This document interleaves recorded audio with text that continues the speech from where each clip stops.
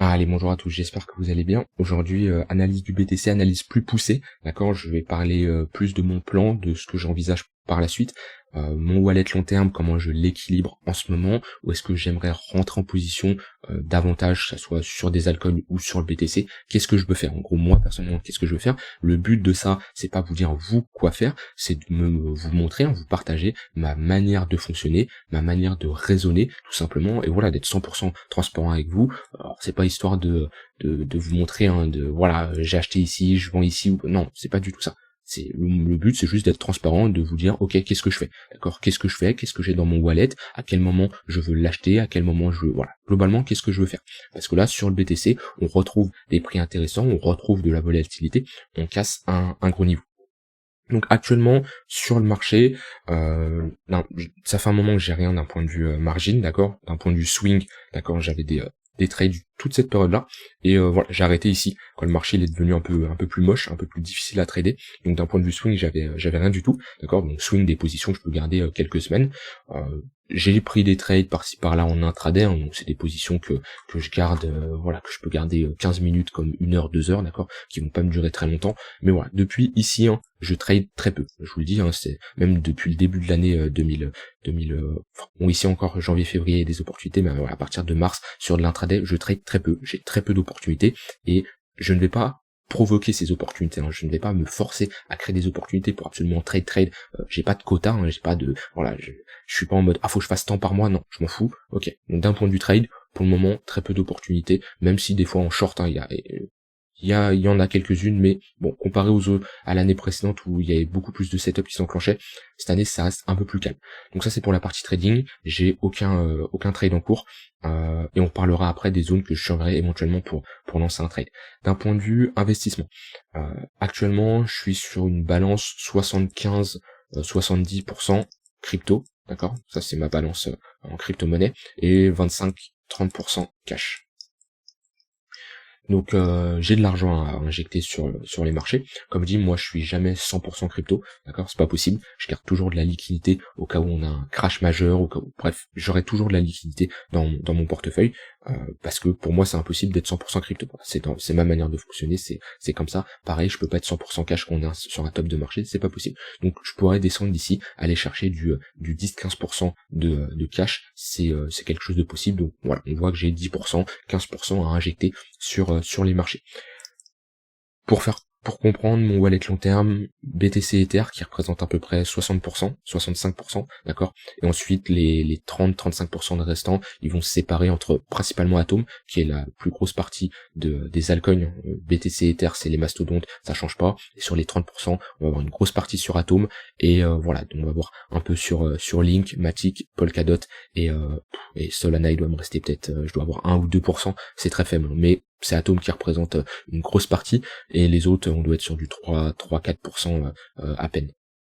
Donc ok, donc ça c'est voilà, pour avoir à peu près une visualisation sur mon allocation. J'ai pas une grosse diversification, j'ai jamais été comme ça à acheter 50-60 altcoins. Alors je peux avoir plusieurs positions en cours, mais ça va être pour du swing. Là je parle vraiment d'investissement, c'est-à-dire des altcoins, hein, enfin de l'investissement que je peux garder sur du 2 ans, d'accord, pour le prochain cycle, du 2-3 ans. Voilà, c'est vraiment des projets, hein, où j'ai vraiment fait une analyse fondamentale en avance, et je me jette pas dans n'importe quoi, selon moi, d'accord. Comme je dis, c'est ma manière de fonctionner, c'est pas pour ça que j'ai raison, c'est pas pour ça que Atom c'est le meilleur projet, et pour moi ça se trouve il sera plus là dans 1 an et j'aurai eu tort. C'est comme ça, on peut pas le savoir à l'avance, mais voilà, ici on est pour moi sur des projets intéressants. Et pourquoi je diversifie pas plus? Parce que selon moi on est sur des bons projets, et quand j'analyse un projet, je me dis est-ce qu'il est meilleur que celui-ci. Si je trouve qu'il n'est pas meilleur, bah autant investir sur le projet principal, d'accord. Ou alors bon, ça va dépendre des secteurs, d'accord. Il y a Atom et Link ne font pas du tout la même chose, bien entendu. Matic et Link ne font pas la même chose. Ok, c'est des domaines différents. Mais voilà, je suis pas dans l'hyper diversification. C'est pas quelque chose qui m'intéresse selon moi. Donc actuellement, je ne cherche pas à renforcer sur les altcoins, d'accord. Atom, j'ai renforcé il y a pas longtemps. Ici là j'étais à peu près rentré. Alors pareil, hein, ça c'est y a pas de levier, y a rien, c'est du spot long terme, d'accord. On est sur des gros niveaux intéressants. Je suis rentré mais légèrement, c'était pour équilibrer un peu mon portefeuille, mais rien de significatif. Et sur les autres, pour moi y a rien à ajouter pour le moment. Voilà, sur Link j'étais rentré sur le bad range. Pour le moment je dois avoir une perte d'à peu près 6%. Bon, voilà, pour le moment, je ne cherche pas à renforcer des positions sur les altcoins.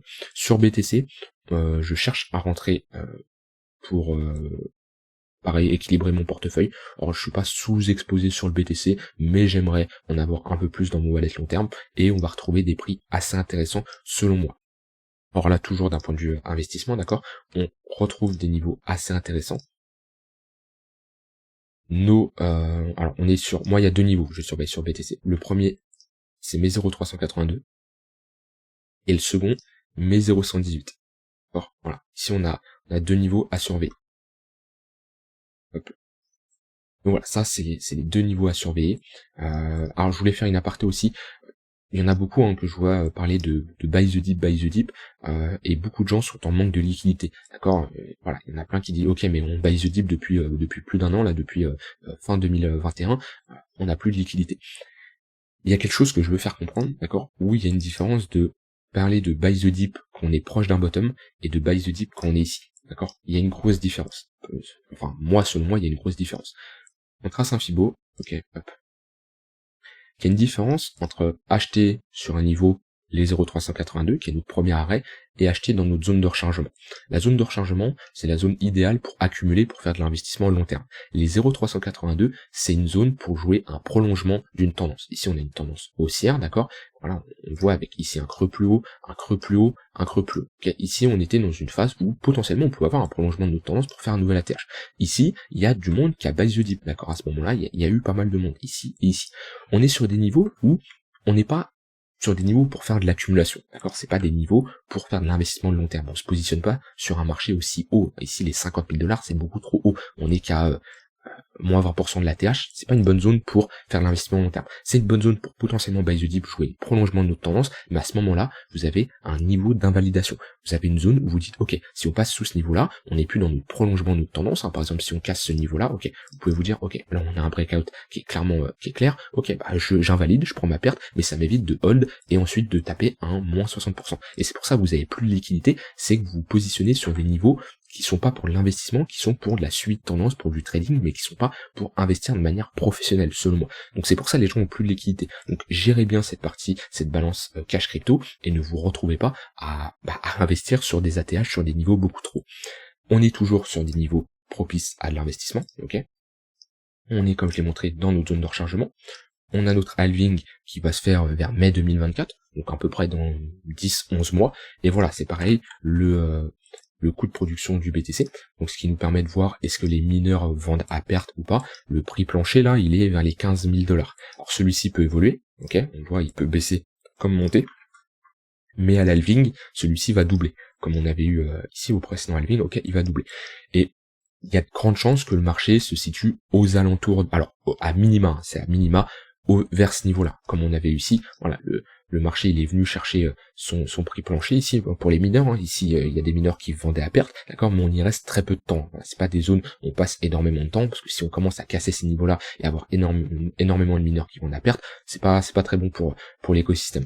Et on voit qu'on a doublé. Voilà, le prix est situé dessus, légèrement au-dessus. Donc on peut s'attendre, lorsque on aura doublé en mai 2024, ok, on peut s'attendre à un BTC, donc si on double là, on a un prix plancher vers les 15 000 $, on peut s'attendre à un prix au niveau des 30 000 $, pareil, celui-ci peut évoluer, si on va à 13 000 $, ça sera plutôt à 26 000 $. Mais du coup, on peut se dire que dans un an, le prix du BTC n'est pas censé doit soit être au-dessus, il peut être au-dessus, mais au minima être dans cette zone, d'accord. Il doit être globalement, voilà, entre les 22 000 et les 30 000 $, voilà, en fonction de comment va évoluer bien sûr le coût de production du BTC, mais voilà, ça c'est sa valeur vraiment intrinsèque. Là on parle pas du prix, on parle de la réelle valeur du BTC.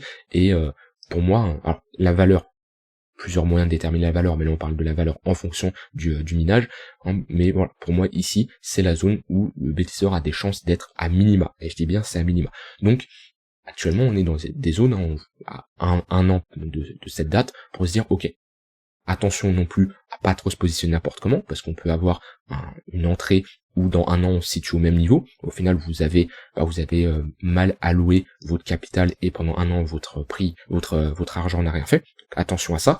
Pareil, je dis c'est au minimum, il est ici. Maintenant, ce que je reviens à mon dessin. Comme ça, je peux enlever. Comme je dis, je cherche à accumuler du BTC ou je chercherai à le faire. On est sur une première zone qui est intéressante. on est sur nos 0,382 en confluence avec un bon niveau de support, d'accord. Le problème, c'est qu'il y a beaucoup de monde qui voit ce niveau. Beaucoup de monde en parle, les 25 000 $, c'est la zone idéale. Alors, beaucoup de gens en parlaient ici, ok. Même ici, hein, ça en parlait beaucoup, oui, les 25 000 $, c'est une bonne opportunité. Actuellement, ça flippe beaucoup. Sur les réseaux, voilà, le sentiment il est assez bas quand même. Il y a l'USDT là qui est en train de dépeg, je sais pas ce que ça donne, mais je crois qu'il avait remonté légèrement, mais voilà. Globalement, le sentiment, ça flippe un peu. Donc, à voir comment le marché se comporte. En général, on aime bien poser des bottoms lorsque le marché flippe, et quand tout le monde attend une zone, si on y va, tout le monde attend cette zone, en général, on la transperce, d'accord. Comme ça, on piège énormément de gens qui achètent ici, et si on n'y va pas, on aime bien poser un bottom juste au-dessus, hein. Comme là, les 14 000 $, tout le monde les attendait, on a posé un bottom juste au-dessus. Donc voilà, le marché il aime bien jouer avec le sentiment des gens, et cette zone-là, c'est vrai qu'il y a beaucoup de monde qui l'attend, mais c'est vrai qu'on a une bonne confiance. Je ne chercherai pas à me positionner un peu les yeux fermés, d'accord, sur ce niveau-là. Pourquoi? Parce que c'est notre premier arrêt, donc c'est un prolongement potentiel de cette tendance haussière, d'accord. Si on est toujours dans une tendance haussière, si les grosses institutions veulent maintenir des creux majeurs de plus en plus haut, ici on a un creux majeur, ici on en a un, et on pourra faire un deuxième ici. Donc c'est une bonne zone, d'accord, pour avoir un prolongement de notre tendance. Donc éventuellement pour un trade swing, d'accord, si on commence à poser un bottom, ça peut être une opportunité. Ou même pour du spot, hein, mais avec une zone d'invalidation. Parce que si ce niveau casse, si les 0,382 cassent, il y a de grandes chances de revenir chercher notre zone de rechargement ici, de longue, entre les 0,118 et les 0,786. Voilà, dites-vous, si le prix casse, là, le prochain niveau, ça va être les 21 000 $. On peut se taper un moins 15%. Donc, on est sur une zone clé, on est sur une bonne zone, d'accord, on a une bonne confluence de niveau. J'ai même vu des gens parler de cette trendline, là, je crois que c'est celle-ci. Voilà. Bon, après, je sais pas tracer les trendlines parce que j'en trace jamais, mais globalement, on prend 2 points de contact et on a, ici, on a un 3e point de contact. Voilà. On a ici une bonne zone, d'accord. Donc, voilà, on a une bonne confluence. Okay, je dis pas le contraire, la zone est bonne. Mais, comme je dis, j'attendrai un développement du prix, me montrer qu'on pose un bottom. Comme on a fait ici. Ici on a fait un M, d'accord, si on inverse nos charts, ce que je veux voir c'est ici, ce qu'on fait, comme on fait ici, mais ici, un W, voilà, ici, un W, ok, ici, un W, quelque chose qui me montre, ok, on pose potentiellement un bottom, pas un gros W comme ça, parce que si on fait ça, je vais pas rentrer ici, hein, c'est trop tard, mais, c'est trop tard, c'est pas l'endroit idéal, quoi, mais voilà, ce que je veux faire comprendre, c'est, on est dans une bonne zone, mais on attend une confirmation. Si ce niveau casse, le prochain niveau que je surveille, c'est ma zone de rechargement, ok, on a ici une bonne confluence, au niveau des 0,118, d'accord, où là, pour faire de l'accumulation, ok, je serais un peu moins réticent que ce niveau-là, je chercherais potentiellement à me positionner de manière un peu plus agressive, d'accord, si on y va. On comblerait cette zone d'imbalance, on serait sur un très gros niveau, voilà, je serais moins réticent comme là où je chercherais une structure, là je chercherais plutôt à me positionner pour de l'accumulation long terme, ça reste un très bon prix. Pour moi, selon moi, si vous chopez du BTC aux alentours des 20 000 $, c'est un très bon prix. Et éventuellement, on a cette zone aussi, le wake up check, d'accord, la ligne de coup qui n'a jamais été retestée de ce W. En général, on aime bien retester les lignes de coup des W, chose qu'on n'a pas faite ici. Donc ça peut être également une bonne opportunité. Ça se trouve, on fera exactement la même chose qu'on a fait ici. On fera un gros crash comme ça. Hop. Là, on a notre W, notre ligne de coup. Voilà, on est venu parfaitement retester. On a fait un pullback magnifique. Voilà. Et ça se trouve, on peut, je sais pas, hein, j'ai pas de boule de cristal, mais hop, repartir comme ça. J'en sais rien, je partage juste cet avis-là, mais voilà, le but c'est d'avoir plusieurs scénarios. Dans tous les cas, les 0,382, j'attends, j'observe, je vois les acheteurs comment ils réagissent, et les 0,118 et ma ligne de coup ici, c'est des zones où je pourrais rentrer de manière un peu plus agressive.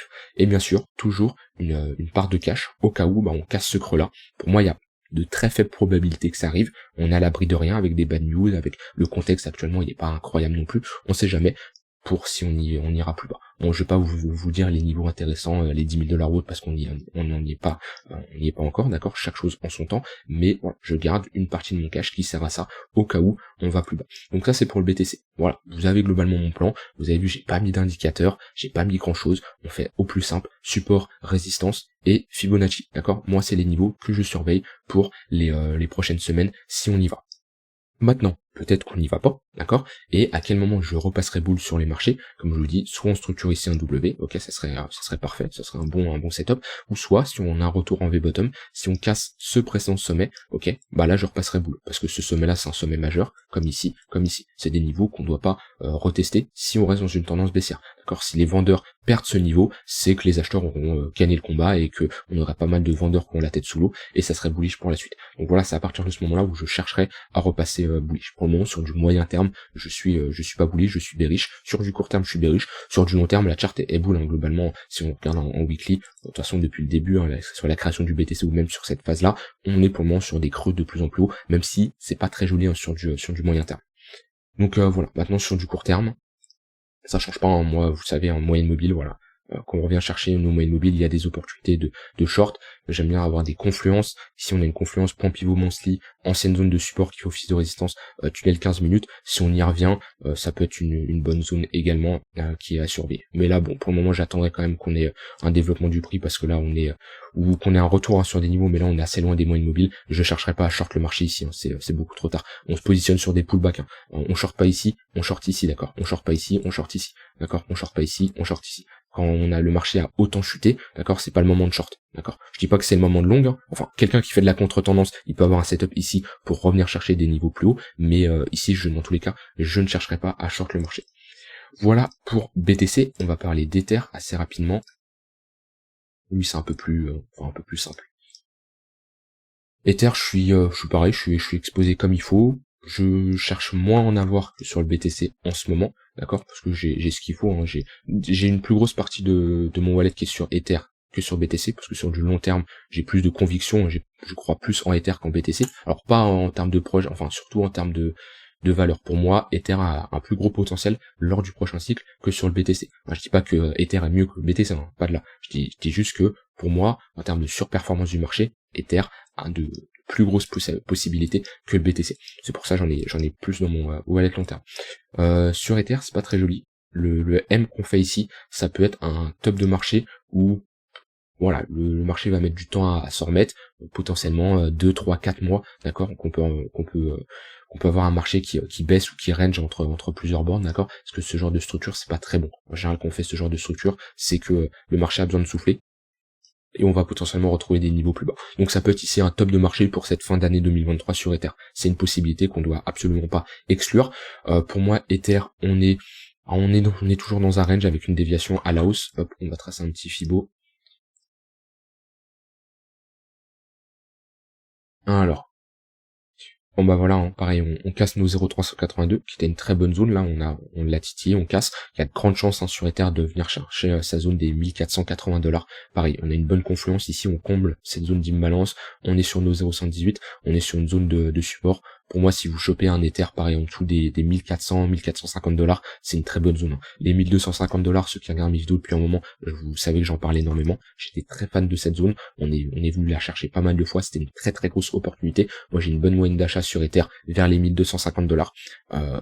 Ici, je chercherai pas à acheter pour le moment, on est sur un couteau qui tombe pas mal, du coup, on est en tendance baissière. Mais voilà, si on revient chercher la zone des 1450, ici, hein, dans cette zone de rechargement, ça peut être une très bonne opportunité. Et pareil, attention, on garde toujours du cash au cas où on a un Ether qui chute plus bas, mais pareil, pour moi, ça c'est des creux où, je l'avais dit, si on veut vraiment être presque sûr à aller 95% que c'est le bottom définitif, faut clôturer en monthly sur Ether au-dessus de ce niveau-là, parce que là on validerait un W monthly, c'est le même style de W qu'on a fait ici, et pour moi, le fait de valider ce genre de structure, ces creux-là ne seront plus revisités, d'accord. Pour moi, là, un Ether à 120$, c'est fini, hein. Si on revoit un Ether à 120$ à l'heure actuelle, c'est que c'est la fin du projet, d'accord. Donc voilà, ces creux, on les verra plus, à partir du moment où on a validé ce W monthly. Si on faisait ici la même chose, on clôturait au-dessus de ce niveau-là, pour moi j'étais convaincu que ces creux on les reverrait plus. On n'a pas clôturé, hein, je dis pas qu'on va revenir chercher ces creux, mais c'est une éventualité. Pour le moment on est sur un range, on a une autre déviation à la hausse, rien ne nous empêche de revenir chercher notre bad range, d'accord. Mais voilà, pour moi un Ether sous les 1400$, c'est une bonne opportunité pour du long terme. Voilà, qui est en confluence aussi avec son précédent ATH. Voilà, j'ai dit à peu près ce que j'avais envie de dire. On n'a pas trop parlé de trading ou autre, là, juste, voilà, investissement, qu'est-ce que j'ai dans mon wallet long terme, qu'est-ce que j'ai de plus, qu'est-ce que j'ai de moins, qu'est-ce que j'envisage d'accumuler dans les prochains jours, et surtout, prochains jours, prochaines semaines, prochains mois, et surtout, à quel niveau de prix, d'accord. Donc, voilà, globalement, qu'est-ce que j'envisage pour la suite, d'accord? Je suis toujours bullish sur le marché, hein, rien ne me dit que ça y est, là, le marché des cryptos c'est fini, hein. Attention aussi aux réseaux sociaux, à voilà, ne pas trop se concentrer là-dessus, hein, parce qu'on voit tellement de conneries, voilà, il y a des trucs drôles des fois, hein. Moi je rigole beaucoup quand même, hein, sur certaines choses que je vois, mais voilà, ayez votre propre vision, ayez votre propre stratégie, surtout ne vous faites pas influencer. Moi comme je dis, mon but là-dessus c'est pas de vous influencer, hein, c'est de vous partager ma vision, voilà. Est-ce que j'ai raison, est-ce que j'ai tort? Bah le temps nous le dira, mais voilà, c'est ma vision des choses, et vous pouvez partager votre vision aussi dans les commentaires, quels sont les projets qui vous intéressent le plus, et les niveaux de prix que vous cherchez à accumuler. Respectez votre plan, respectez votre stratégie, et logiquement tout devrait bien se passer. Je vous souhaite une bonne fin de journée, on se retrouve demain pour une prochaine vidéo. Bye bye.